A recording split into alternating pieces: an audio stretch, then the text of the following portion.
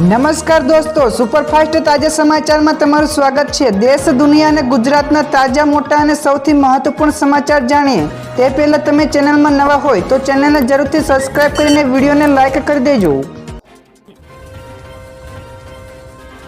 સૌથી પહેલા દોસ્તો આપણે વાત કરીએ તો ગુજરાત માટે હાશકારો। તો આ તારીખે આવશે ચોમાસું। તો એક તરફ ગુજરાત, રાજસ્થાન અને દિલ્હી સહિતના ઘણા બધા રાજ્યોમાં ભીષણ ગરમી પડી રહી છે, તો બીજી તરફ પશ્ચિમ બંગાળ અને ઓડિશામાં રેલમ નામના વાવાઝોડાએ કહેર મચાવી રહ્યું છે।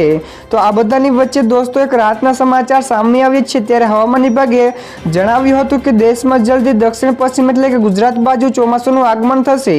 તો દક્ષિણ પશ્ચિમ મોનસૂન અંદમાન અને નિકોબાર સુધી પહોંચી ગયું છે, ત્યારે 30 થી 31 મે સુધીમાં કેરળ પણ પહોંચી જશે। તો 9 થી 10 જૂનની વચ્ચે સુધીમાં મુંબઈ પણ તેનું આગમન થઈ જશે। તો દોસ્તો બીજા સૌથી મોટા સમાચાર સામે આવ્યા છે। શું ચૂંટણી બાદ એલપીજીના ભાવ વધશે? તો દર મહિનાની 1 તારીખે એલપીજીના નવા ભાવ અપડેટ થાય છે। તો આ વખતે 1 જૂને છેલ્લા તબક્કાનું મતદાન છે, એટલે કે કદાચ ભાવમાં કોઈ પણ પ્રકારનો ફેરફાર નહીં આવે। તો 2014માં જ્યારે પહેલી વખત મોદી સરકાર બની ત્યારે એલપીજીના ભાવમાં ઘટાડો થયો હતો। જો કે 2019માં ભાજપ સરકાર આવી ત્યારથી લઈને અત્યાર સુધીમાં એલપીજીના ભાવમાં પણ વધારો થયો છે। એટલે કે હવે જોવાનું રહ્યું કે ચૂંટણીના પરિણામ બાદ એલપીજીના ભાવમાં શું ફેર પડે છે। તો દોસ્તો તમારા મતે શું કહેવું છે કે ભાવમાં ફેરફાર થશે કે નહીં? ફટાફટ નીચે કોમેન્ટ કરીને જણાવજો। આગળ દોસ્તો વધુ એક સૌથી મોટા સમાચાર સામે આવ્યા છે। રેલમ નામના વાવાઝોડામાં ઘરો તણાયા તો વૃક્ષો પણ ઉખડ્યા। જ્યાં દર્શક મિત્રો ગઈકાલે રાતથી જ પશ્ચિમ બંગાળમાં ચક્રવાતી તોફાનની ભારે અસર જોવા મળી રહી હતી। તો વાવાઝોડાના લેન્ડફોલ બાદ અહીં 135 કિલોમીટર પ્રતિ કલાકની ઝડપે પવન પણ ફૂંકાયો હતો। તો રેલમના કારણે કલકત્તા સહિતની અનેક જગ્યાએ તોફાની પવન સાથે ભારેથી અતિભારે વરસાદ પણ પડી રહ્યો છે, જેના કારણે મકાનોના છાપરા ઉડી ગયા છે, તો કાચા મકાનો પણ એટલે કે ધ્વસ્ત એટલે કે પડી ગયા છે। તો વીજળીના થાંભલાઓ અને વૃક્ષો પણ ધરાશાય થયા છે અને અનેક જગ્યાએ હજુ પણ પાણી ઓસર્યા નથી। તો દોસ્તો ફટાફટ આગળના બીજા સૌથી મોટા સમાચાર સામે આવ્યા છે। મુન્દ્રા પોર્ટ ઉપર આવ્યું અત્યાર સુધીનું સૌથી મોટું જહાજ। જ્યાં દર્શક મિત્રો મુન્દ્રા એ ગુજરાત જ નહીં પરંતુ ભારત માટે પણ એક ખૂબ જ મહત્વનું પોર્ટ છે, તો તેનું સંચાલન અદાણી દ્વારા થઈ રહ્યું છે। તો ત્યારે મુન્દ્રા પોર્ટ ઉપર અત્યાર સુધીનું સૌથી મોટું કન્ટેનર જહાજ આવ્યું છે। તો MSC અન્ના નામના આ જહાજની લંબાઈ 399 મીટર કરતાં પણ વધારે છે, જે 19,200 કન્ટેનરની ક્ષમતા ધરાવે છે। તો માહિતી પ્રમાણે કોઈ ભારતીય બંદર ઉપર લંગારેલું આ સૌથી મોટું જહાજ છે, જે દેશના દરિયાઈ ઉદ્યોગો માટે સીમા ચિહ્નરૂપ છે।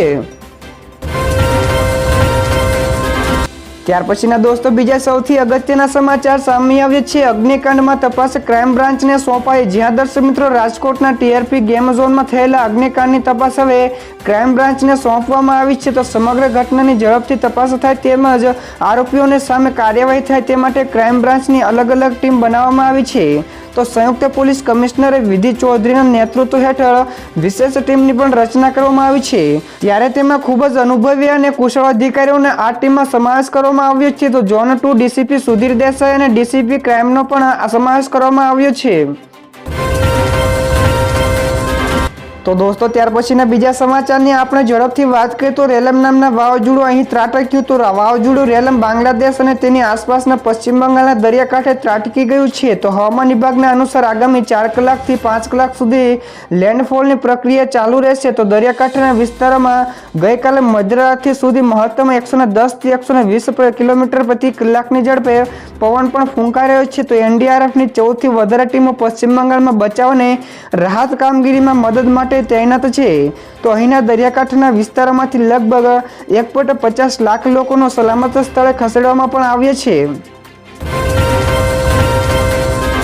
તો દોસ્તો ત્યારબાદના બીજા સૌથી મહત્વપૂર્ણ સમાચાર સામે આવ્યા છે। કોરોનાની નવી લહેર, તો સરકારનું મોટું કદમ। તો જ્યાં દર્શક મિત્રો કોરોનાની નવી લહેર ઘણા દેશોમાં દસ્તક દીધી છે, તો આ અંગે ભારતીય સ્વાસ્થ્ય મંત્રાલયે ગઈકાલે એક બેઠક યોજી હતી, જેમાં નિર્ણય લેવામાં આવ્યો હતો કે દેશના વિવિધ રાજ્યોમાં એક સપ્તાહ સુધી રેન્ડમ સેમ્પલ લઈને સર્વે કરવામાં આવશે। તો રિપોર્ટના આધારે આગળની રણનીતિ તૈયાર કરવામાં આવશે। ત્યારે મંત્રાલય સાથે સંકળાયેલા અધિકારીઓ અને નિષ્ણાતોનું કહેવું છે કે કોવિડનું આ બદલાયેલું વેરિયન્ટ ન તો ખતરનાક છે અને ન તો ચિંતાનો વિષય છે।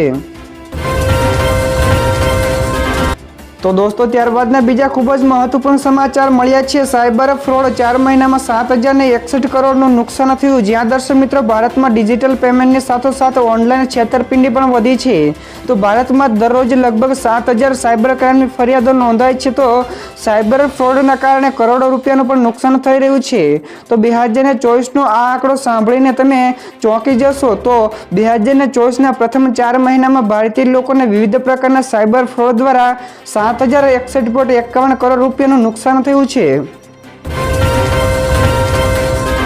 ત્યાર પછી દોસ્તો બીજા સૌથી અગત્યના સમાચાર મળ્યા છે. રિઝલ્ટ પહેલા ઇન્ડિયા ગઠબંધનની બેઠક. તો કોંગ્રેસ અધ્યક્ષ મલ્લિકાર્જુન ખડગે લોકસભા ચૂંટણીના પરિણામો પહેલા 1 જૂને દિલ્હીમાં ઇન્ડિયા ગઠબંધનની બેઠક બોલાવી છે. જેમાં મહાગઠબંધનના ટોચના નેતાઓ પણ ચૂંટણીની સમીક્ષા કરશે. તો આગળની રણનીતિ પણ તૈયાર કરવામાં આવશે.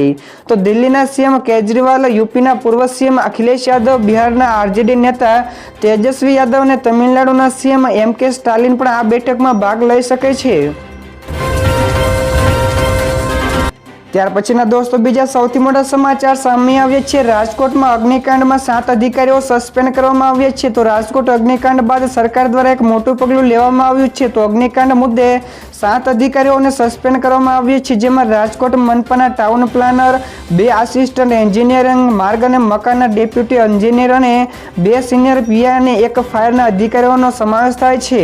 તો હજુ પણ અધિકારીઓ ઉપર કાર્યવાહીની શક્યતાઓ દર્શાવી છે. તો ઉલ્લેખનીય છે કે હાલમાં થયેલી કોઈ પણ દુર્ઘટના બાદ પહેલી વખત સરકારે અધિકારીઓ સામે પગલાં ભર્યા છે.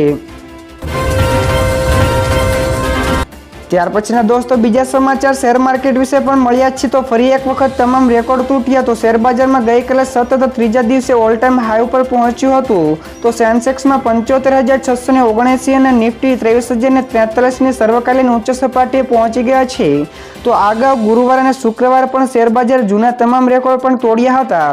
જોકે બજારમાં હજુ પણ અસ્થિરતા છે. તો થોડા સમયમાં જ સેન્સેક્સ અને નિફ્ટી બંનેમાં ઘટાડો થયો છે. ત્યારે અત્યારે સેન્સેક્સ 75,486 અને નિફ્ટી 22,986 ઉપર છે.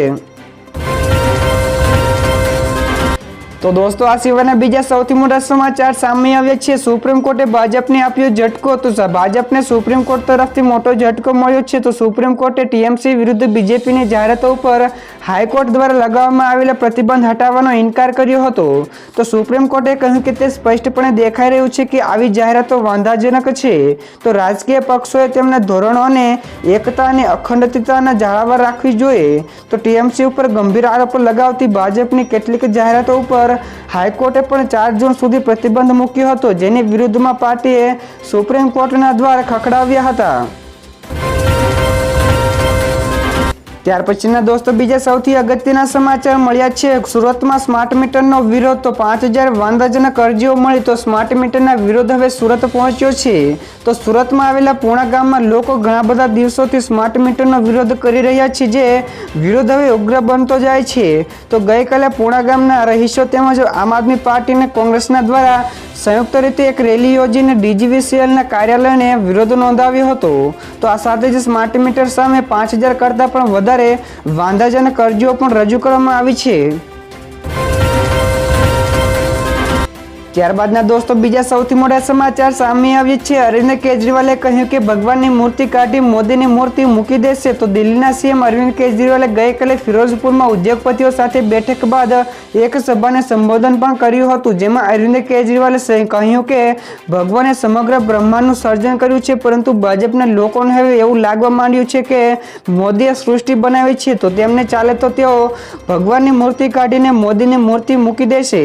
તેથી જ દેશ માટે આ અહંકારી ભાજપને હરાવવી ખૂબ જ જરૂરી છે. તો દોસ્તો આ અંગે તમારું શું નિવેદન છે ફટાફટ નીચે કોમેન્ટમાં જણાવજો.